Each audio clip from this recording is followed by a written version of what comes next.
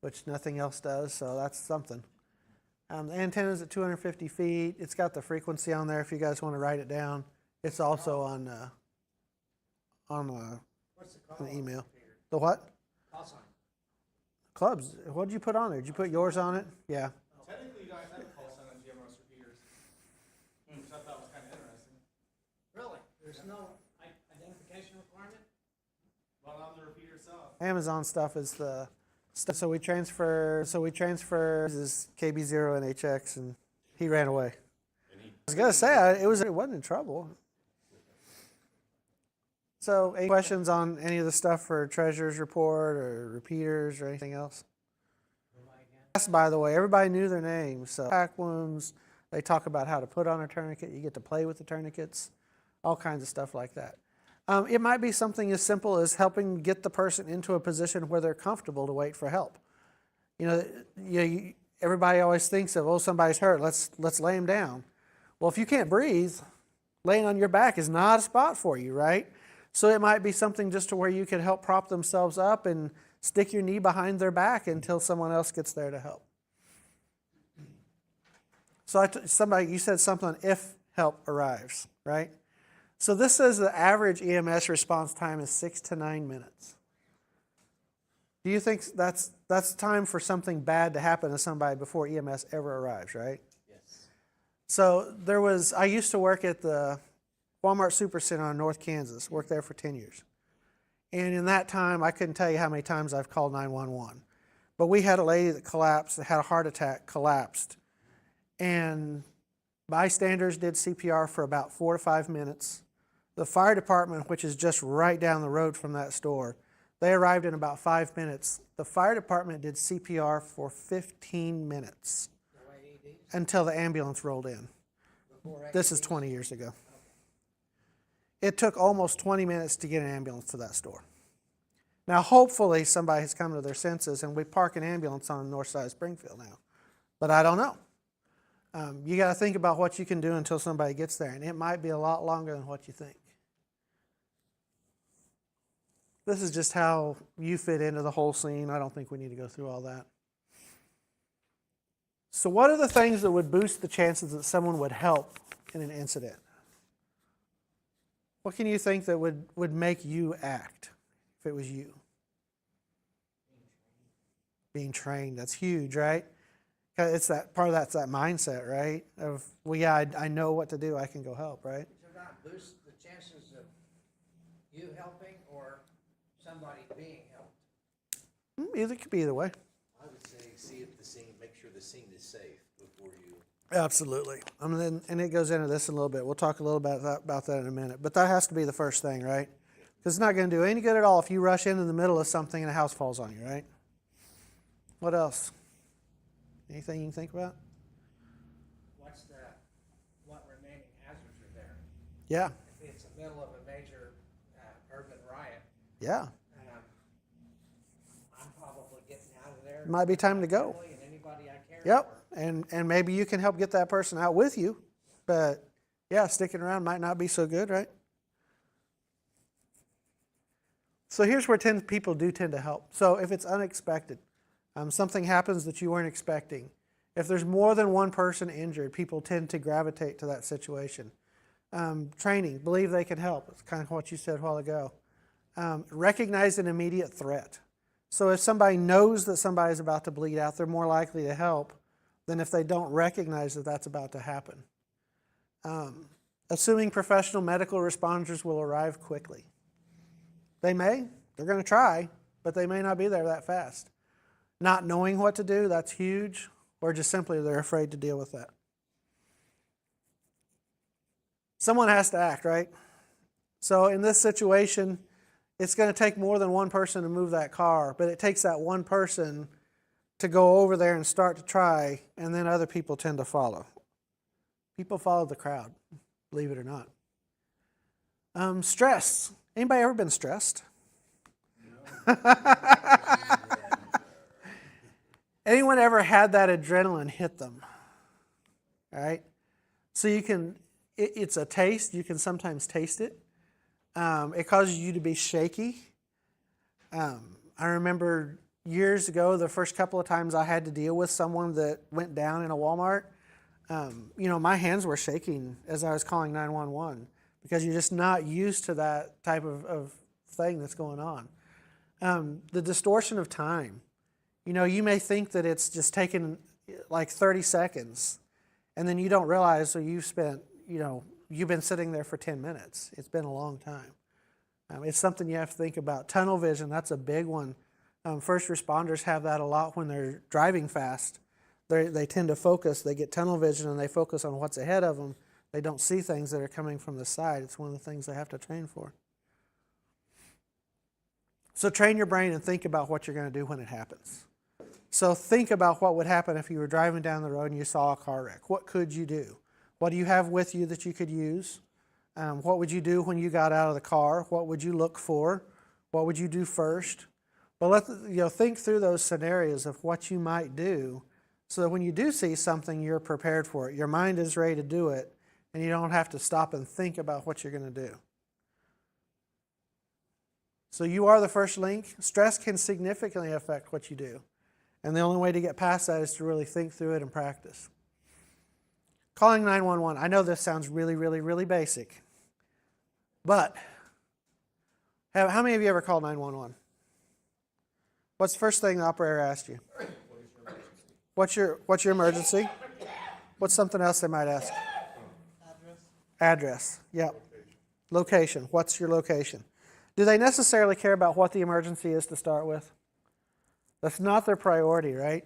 These people are trained, and they are trained well. So when you call, don't have a preconceived notion of what you're going to tell them, and you're going to give them what they need to know. They know what they need to know. Follow their script and just give them the information they have. I can tell you when I call 911 from Walmart, I'm going to get Stone County Central Dispatch. The very first thing they're going to say is, where is your emergency? I'm going to tell them it's at the Walmart Supercenter. They're going to say, what is your emergency next? So it's important then to tell them exactly what's going on, because it makes a huge difference in who they send to the scene. If you call them and say, hey, someone fell down on the floor and they need help, well, that doesn't mean a whole lot to a 911 operator, right? Who's she going to send to help them? Obviously we're going to need an ambulance, but do we need somebody else? I felt somebody that fell down on the floor and they have uncontrolled bleeding. That means something to a 911 operator. I've got somebody on the floor, they're not breathing, and I can't find a pulse. That means something to a 911 operator. So when you call, just be ready to give them exactly what they ask for and to answer every single one of their questions. Sometimes they ask questions that may sound silly to you, but there's a reason they're asking those questions. They know what they're doing, for the most part. And they're going to give you some things to do too. If somebody's hurt, they have a whole checklist to go through. They can talk people through CPR. If you don't know CPR and you call 911 and CPR needs to be started, that 911 operator is going to try to talk you through that. They have a whole checklist of things that they can talk you through.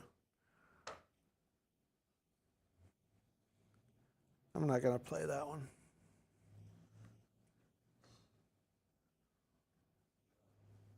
I just went through half this stuff already.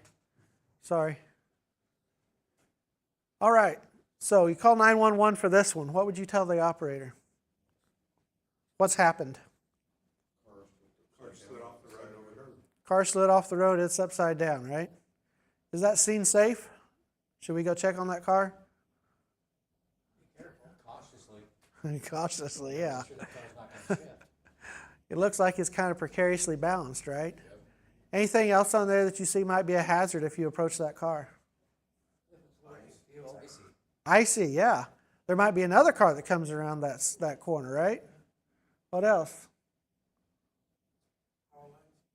Power lines. Are there power lines here? I mean, there's some in the background. Not real close. Not real close, right? It's a good thought, though. So, where are you? How many of you pay attention to where you are when you're driving down the road? Got a few of them. How many of you, if you had to stop in an instant and tell me exactly where you are, tell me the cross street you just passed and what road you're on, how many of you could do it? So not very many people in here, right? If you've got a smartphone, you've got GPS coordinates. Probably.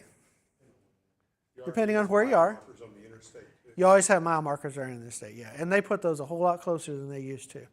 2/10 But do pay attention to where you are, right? At least what highway you're on. You know, if you at least know you're on Highway 65 and you're headed northbound, right?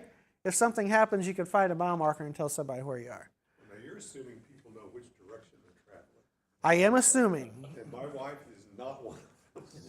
So every once in a while, you see a sign on the highway that does tell you, yeah. And people don't. That's assuming they pay attention to that. Now, can you imagine being that 911 operator and someone calls and says, yeah, there's a crash? No, I don't know where I am. No. I mean, the time that they can ping phones and they can narrow things down, but it's going to take time, right? Just knowing where you are is huge. Staying safe. So you guys mentioned this a while ago. Decide, what does the scene look like? Are there down power lines? Somebody mentioned that a minute ago. Are there debris? Are there vehicles still moving around? And what do you hear? Do you hear hissing? Is there noises coming out of that car that's turned upside down? Is there smoke coming out of it? Is someone firing a gun? There's a clue. That's time to run. The car's flipped over. Do you smell gasoline? Do you smell other chemicals? Is there a big old hazmat thing on the side of that truck that's flipped over, right? So what do you see here? Obviously the car's upside down. We see smoke though, right? An electrical box, yep, somebody already picked that out. Yeah, the house is destroyed too, yep. So what else do you have to start thinking about? Okay, that house is destroyed. This is up against another house, maybe.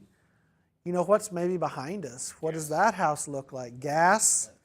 So there could be gas lines broken. If it's a tornado, the car may be empty. The car could be empty. There may not be anybody to save in this car, right? But we don't know yet, right? So how could you assess that scene? What could you do to see if there's somebody that needs help in Stop there? down and look inside. Yeah. From a distance even, right? Anybody have a pair of binoculars in their car? Could you use that from a distance to tell if there's somebody in the car? I don't know, maybe. But yeah, that might be a car that you don't want to approach. How about this one? Somebody stuck his hand in the circular saw. It's just a flesh wound. It's just a flesh wound. Super glue, if he did that and he still got all his fingers, yeah, He's fine. All right, this is the guy we've decided we're not going to help. He's on his own.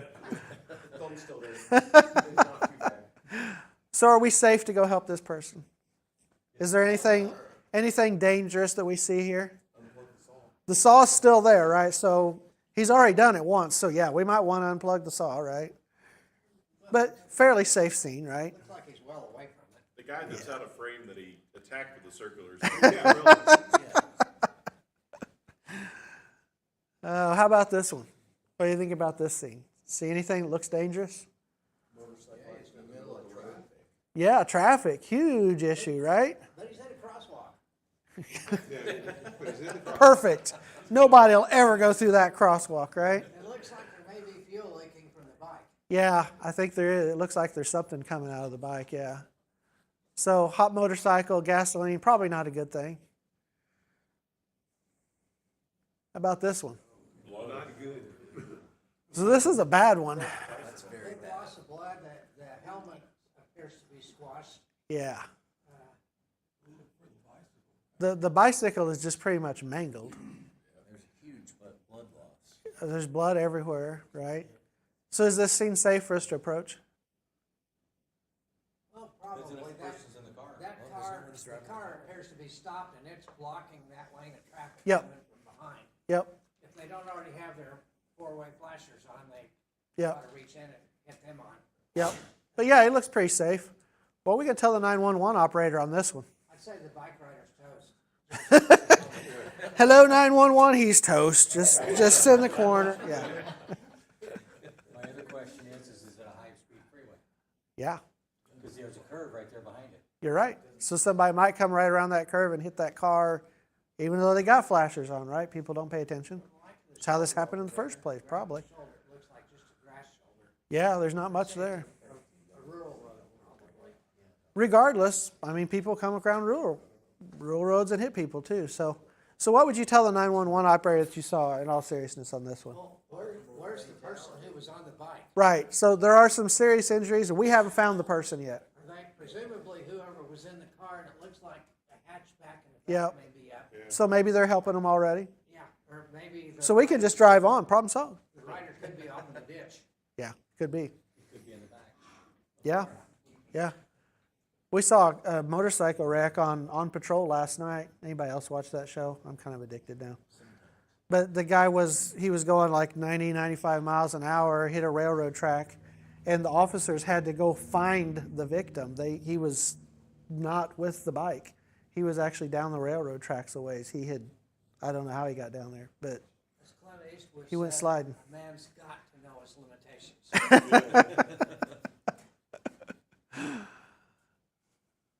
All right, so this is kind of what we talked about. Do you feel safe? Okay, so yes, you can stay and provide care. No, could you move the person? Be cautious moving them if they've got a spinal injury. Right. You can do a lot more You could do a lot more damage, right?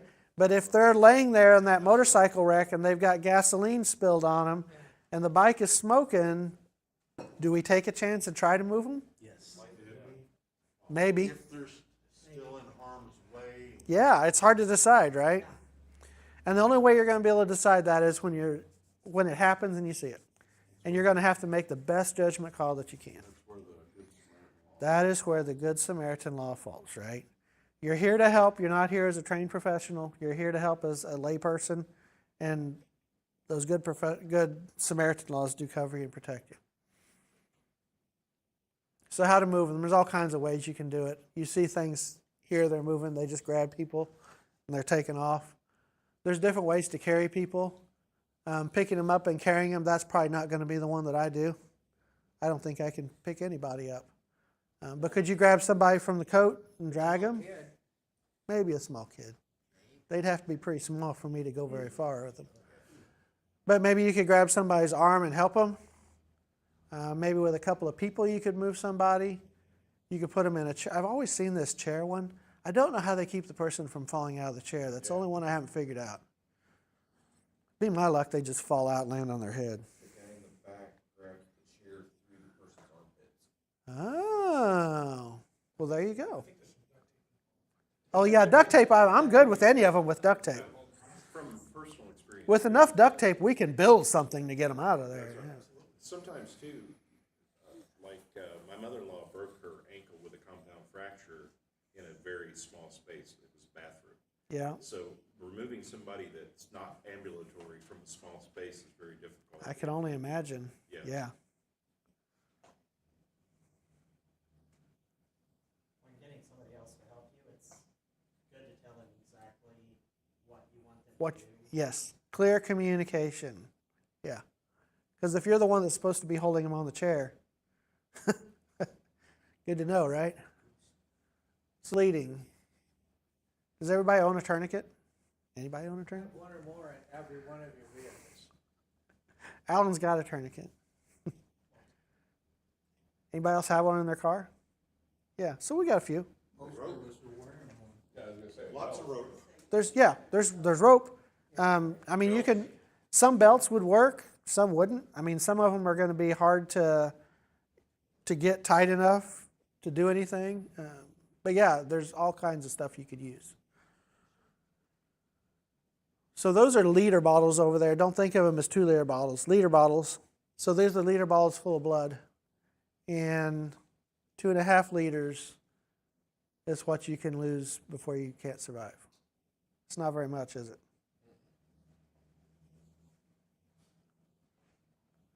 So find the source of bleeding.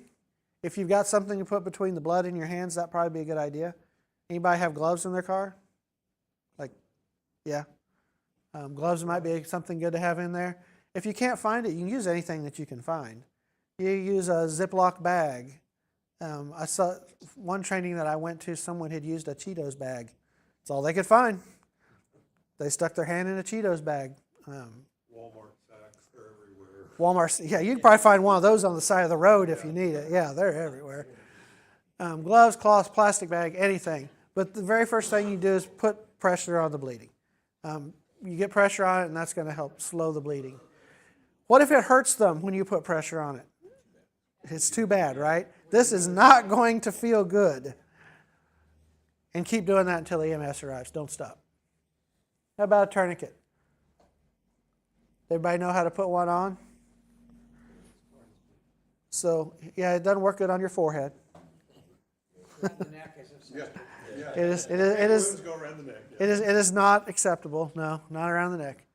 How much you dislike them? Not disliking them, that doesn't work either. Well, you quit breathing. You're still going to have to explain this tourniquet to somebody at some point.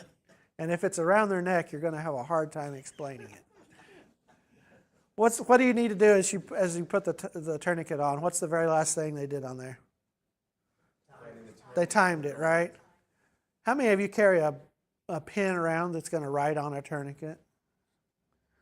And you're going to have it when you need it?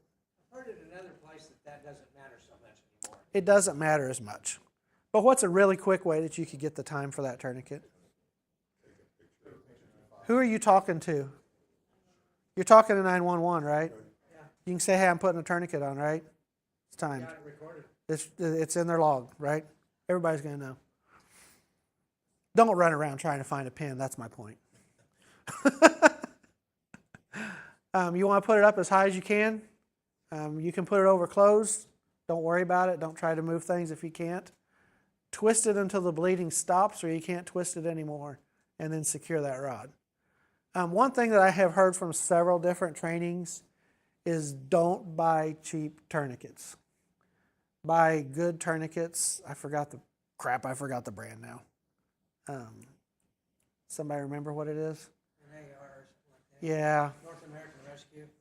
yeah, that's one of them. There's T Rather something. But don't go out and buy the cheapest thing you find on Amazon, because when you twist that thing, it's going to break. There's a whole lot that we used in training for CERT, and that's where they got them from. They just bought cheap ones, and we actually broke a couple of them in the training, and that was putting them on somebody that can still fight with you. But you can get a stronger windlass to put with it. You could, If yeah. you want to buy, like on Amazon, 20 tourniquets to put 2 or 3 in each That's true. vehicles. Yeah, you could always put something else in there. You're right. Buy the expensive ones for your own personal individual first aid kit. I wouldn't Right. get her. That might be the good one. Yeah, exactly. And there's different kinds now too. I've seen some that are they work like a ratchet strap. You put it on, tighten it down, and then you crank the ratchet. There's all kinds of different ones now. Positioning the person that's hurt. So sometimes people don't think about this. So what is the comfortable position for someone that's hurt? Most of the time they know where they want to be. If they're conscious and breathing, they can tell you what's comfortable for them. And then it's just a matter of supporting them. So maybe it's helping hold them up so that they're not falling over. Maybe it's a matter of getting them to a spot, putting something under their head, whatever. But just making them comfortable. When people can't breathe, the positions that tend to be more that help is leaning forward, because it takes the pressure off of your chest cavity, so that you can breathe easier. But either leaning forward over your hands, sitting in a chair, leaning forward, any of those positions will help. And that's where you can help to stabilize somebody. You can stand in front of them and let them be what they're leaning against so that they don't fall over. If they're unconscious, that's all completely different, right? So first of all, are they breathing? Yes. If they are, we'll move them to the recovery positions, which I'll show you in a second. If they're not breathing, do you know CPR? Who knows CPR? Everybody knows CPR by now? Pretty close to it, right?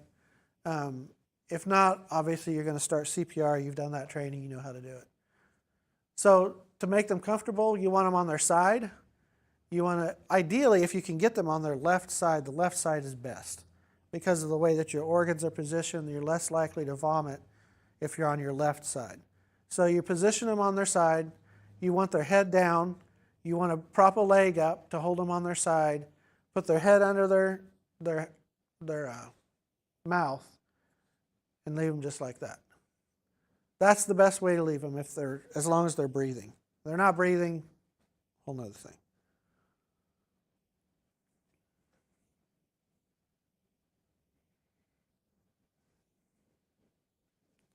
So it might just be as basic as providing comfort, right? If someone's had a bad car wreck and they don't know what to do and they're scared, they're not even hurt, is that still something that you could help out with? Suck it up, Buttercup. Alan is off the list. Yep, you are not the comforter. That would not be the time to apply the tourniquet. No tourniquets involved here.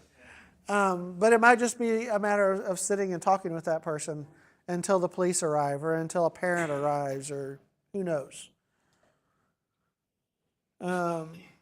Things that you can say that are helpful. How can I help? What do you need? Is there anything I can get for you? Tell me what happened. But don't speculate about what happened, right? Yeah, it was a really bad wreck. I think the guy in that car over there, he's probably dead. But I'm glad you're okay. Don't speculate. Don't tell them what's being done to assist them. They don't care at that point. That's not what's important to them. Help is on the way, that's fine. But they don't need to know all the details about what's going on. What's going to happen next? You don't know what's going to happen next. So don't speculate about that either. Don't try to tell them who's going to come, who's going to show up, where they're going to go. You don't know any of that stuff. Don't get that expectation started. You can keep them warm with a blanket. Probably not today. Not today. Today you might be okay. You don't think you can keep them warm today with a blanket? But there is shock, right? So it's a possibility. Just be there. Today you might want to get them into the shade. If they're Today you might outside. want to move into the shade. You're exactly right. Maybe you want to let them sit in your car where it's air conditioned. Keeping them warm, this is the pros. Improves blood clotting. Blood doesn't clot when people get really, really cold. It reduces stress, comfort. Children, completely different, right? Shield them as much as you can from the scene. You know, maybe stand between them and the scene. Get them to face away from the scene. Use words, ask what they're saying, ask what they don't understand. But they may be scared and they may want to talk to you. They may not want to come anywhere near you. Don't chase the kids down. There's a whole other list for what happens when you do that. Told them not to talk to strangers. Parents might have told, and they're not going to in some cases. Maybe it's just a matter of being close to them until somebody else gets there to arrive. Once they see somebody in uniform, that's a little different, right? Disabilities, you can always ask what you can do to help. You're not going to offend somebody by saying, how can I help you? You don't want to say, well, it looks like you're in a wheelchair and you probably can't roll down that hallway. Can I do something to help you? But ask, how can I help you? If they've got medical equipment or whatever, do everything you can to help them keep that together with them. But there's all kinds of things you can still do to help. So get ready to help. It sounds like everybody in here pretty close to it has thought about this, right? So make a plan. You've got supplies at work. Does anybody have supplies at work? Well, you do. I think it's, How many of you have them at work and know where they are if you needed to get them? How many of you work? I just started saying work. Okay, that's cheating. I think most In that case, we're back to home. most places have both a defibrillator and a first aid kit. I think Yeah, it's most required. places do. Yeah. It's not required. We just got them at our store a year ago. We just added them. Yeah, we just added them. But do you know where they are if you have one? I had to go look for ours. They said there was one in the store, and it took me about 15 minutes to find before I figured out where they had put it. Defibrillator. I work in the middle of the first aid department. I got first aid covered. I walk about 3 feet, and I go, yep, there's my first aid kit, right? The last time I needed something, I didn't even look for the first aid kit. I was on my way out. I yanked it off the shelf as I was going, and that was that. And I asked them, where's the first aid kits? Right? They've hid them in cupboards. Yeah, they can. Find them. Ours are nowhere near each other. Where I work, they're in the break rooms. Yeah, well, we have a defibrillator at the service desk. We have the first aid kit in the back of the store. Nowhere near each other. I assume it's an automatic defibrillator. Yes, yeah. Yeah, we're not going to go out on our own and put the wires together and hope for the best. But yeah, you can have this stuff in your car. You can have, how most of you, do you have a first aid kit in the car, an IFAC or something like that, that you've got something in the car? Gloves are great to have in your car. Even if your car breaks down, those things come in handy. Alcohol wipes, things like that, you can use them for other stuff. How about emergency alerts and warnings? Now we're all into ham radio, right? If it comes across the ham radio, everybody knows about it, right? What if you're not around a radio and you're traveling somewhere? Do you have emergency alerts that you would get, that you would know what's going on? Or if you're at work where you don't have a radio, like weather alerts, things like that, do you have something set up on your phone? There's all kinds of apps. I can tell you that if you're a ham radio operator, people kind of expect you to be a little bit like, what's the weather? gonna be? Sometimes, yes, you're right. We have Give like a little Brad's pop. phone number. Yeah. You could give him someone's phone number, sure. There's lots of ways that you could stay in the know, though, right? And then practice. Think through it. You're just trying to get me in trouble tonight. James Atkins, I'll get you his phone number here in just a minute. Life-threatening events, so have stuff at home. This is just some suggestions of what you might have in there. That's probably pretty basic right there. Things you can get more skills. So if you want to learn CPR, the Red Cross, or the Heart Association, if any of you have gone through CERT training is fantastic training. If you haven't done it, I recommend that one. We do have a Medical Reserve Corps in our area now. That's just gotten started up. What is that? It's kind of like CERT, only focuses more on medical events. So it might be that group of people that goes out and mans the first aid station at an event. It might be if there's the last thing they did, they actually went and helped out at a mark So is that? where some of the through flooding Homeland was. Security? If what? It's through Homeland Security or SEMA? That it's through SEMA. That one is actually through our emergency management agency. It's the same people that do CERT. They've just made it a part of CERT, really. There's all kinds of training, CPR. And if you want to do babysitting training, you guys can do that too. Nobody wanted to do that one? All right. That was a joke. Joke, haha. Kids babysitting. I don't know. It's actually not a joke, because my daughters had to go through that before they could babysit anybody. Well, there you go. So yes, I guess they do. They teach them There you go. CPR and stuff like that. Yeah. Well, there you go. Yeah, I made my daughters, they wanted to earn money, I made them go through that before they could. Maybe I do need to go do the babysitting training.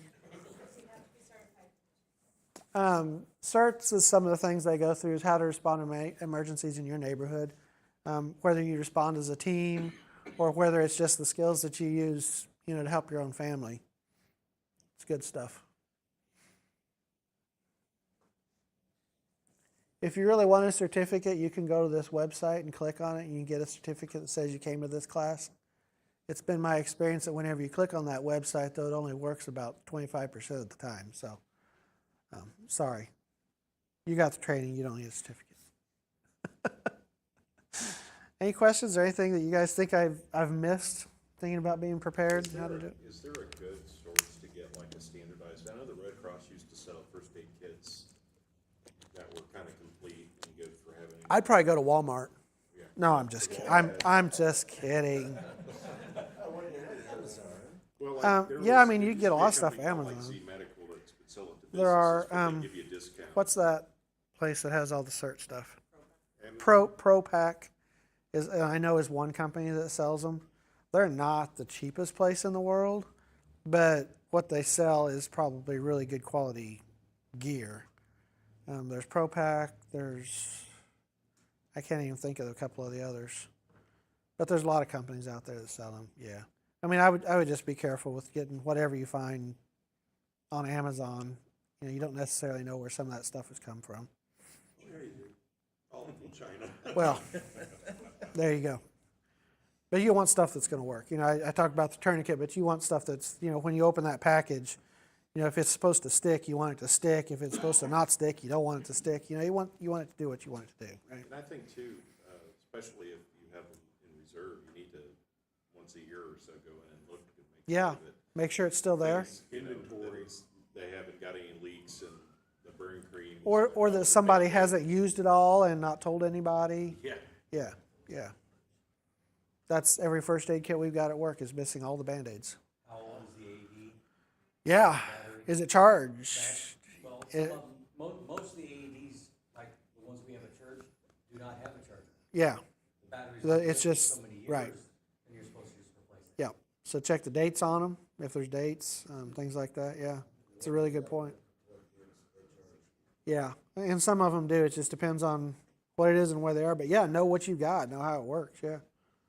That's a big one. Anything else? We could probably talk about making sure you're prepared with your radio equipment. Oh, yeah.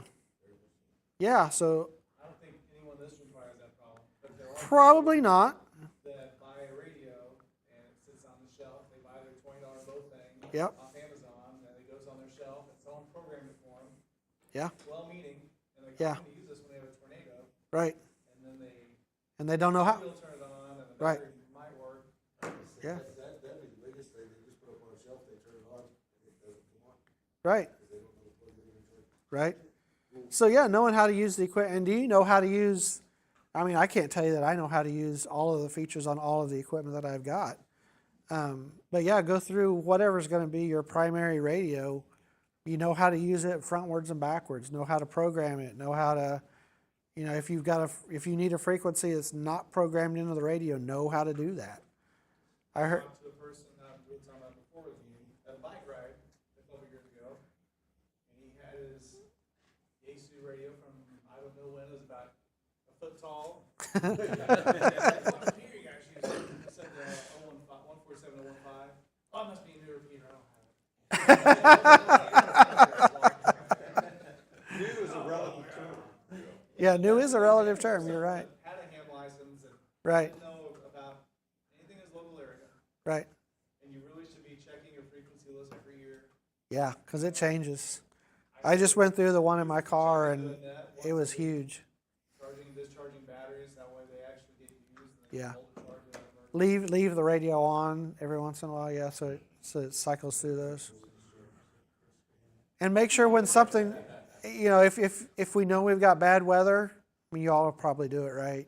You go find all the batteries you've got and have everything charged up, right? It's, I do it now. So that, like, little storm that we had, we were out for 12, 15 hours, which is Yeah. not bad. But a 90-minute outage of power is a lot different than a 24-hour or a Yep. multi-day outage Yeah. of power. And You're right. you're talking food safety, you're talking health, like if you've got somebody that's sensitive, hot or cold. Yeah. um, Yeah, the elderly, Your heat. batteries, I got a little bit more respect for, I went and purchased a couple of those solar batteries Yeah. because of the fact that I had stuff, but it wasn't really designed for long haul Yeah. stuff. Yeah. So yeah, how are you gonna, if the power goes out, how are you gonna charge stuff 24 hours? Yeah, that's what I got too. In fact, you may have even got the same one because Costco had a good deal on it. Yeah. He's got the bigger ones. Oh, does he? Yeah. He's got the bigger ones with that, right? And I bought a Bluetti, that took a while to ship. And I got each one of them 100 watt. Got Life Pro battery that you can plug Oh, in. yeah. It's the solar part of it. Exactly. The machine will drain. Yeah, it there's first, like, you can and take then a, it'll start on its. Yeah. They're Yeah. amazing. and that got my attention, and then I started researching it. Yeah. Anymore, there are all kinds of options to Yeah. power This thing stuff. charges Yeah. in like 50 minutes. Yeah. I'm with him, eco-friendly, so Yeah. what I'm using right now to power the laptop and the camera for life. Yeah. Yeah, it was funny because I had You got one of purchased, the river models? yeah.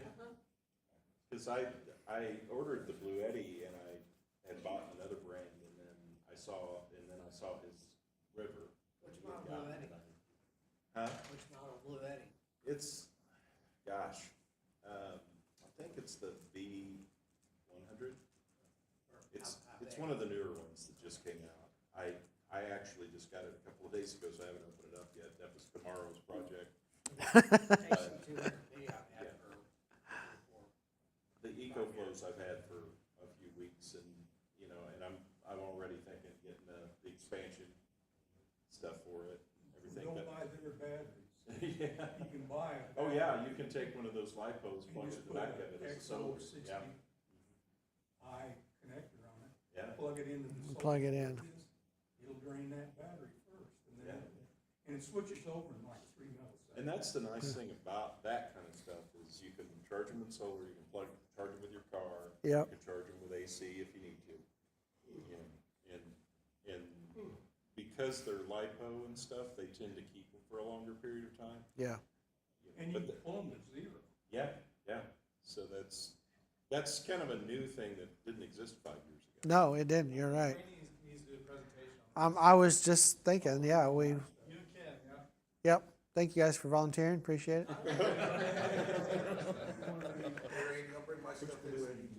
Yeah, no, I mean, in all seriousness, if somebody would want to do that, I think that'd be a really interesting topic. I mean, we could we could kind of do the show and tell thing too, and bring your stuff in. Yeah. Yeah. Anything else? All right. I'll let you guys go. Feel free to stay and talk about solar batteries.